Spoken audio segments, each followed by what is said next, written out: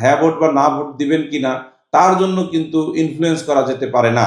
RPO 1972-এর rule 77 এবং small ই অনুসারে কোনো নির্বাচনী ব্যবস্থায় যে কোনো নির্বাচনের ক্ষেত্রে সরকারি পৃষ্ঠপোষকতা অথবা কোনো ইনফ্লুয়েন্সিয়াল কোনো কাজ করা থেকে বিরত থাকার কথা বলা হয়েছে এবং কোনো সরকারি প্রতিষ্ঠান অথবা প্রতিষ্ঠানে কর্মরত কোনো ব্যক্তি যদি নির্বাচনী ব্যবস্থায় পার্টিকুলার কোনো কিছুর পক্ষে বা কোনো ক্যান্ডিডেটের পক্ষে যদি ভোট দেওয়ার জন্য প্রচারণা চালায়। কোকো ও শিয়া বাটারের ইউনিক কম্বিনেশনে তৈরি Natura expert care body lotion স্কিনের ড্যামেজ হিল করে, ত্বক রাখে সফট ও ময়েশ্চারাইজ। লুকিয়ে আর কতদিন, বাই বাই ড্যামেজ স্কিন। তাহলে ডেফিনেটলি ওই আইনের এটা লঙ্ঘন, কারণ সরকারি পৃষ্ঠপোষকতায় আপনার যে ধরনের প্রচারণা চালানো হচ্ছে হ্যাঁ ভোটের জন্য,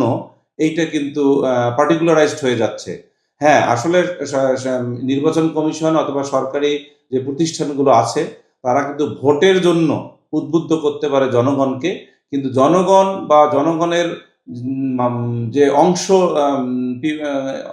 ভোট দিবেন তারা হ্যাঁ বা না বা কি ধরনের ভোট দিবেন বা ভোটের অপশন অনুযায়ী হ্যাঁ ভোট বা না ভোট দিবেন কিনা তার জন্য কিন্তু ইনফ্লুয়েন্স করা যেতে পারে না এবং এটা এক ধরনের অপরাধ এবং সেটা খোদ আরপিও 1972-এর 77 বিধিতেই বলা আছে।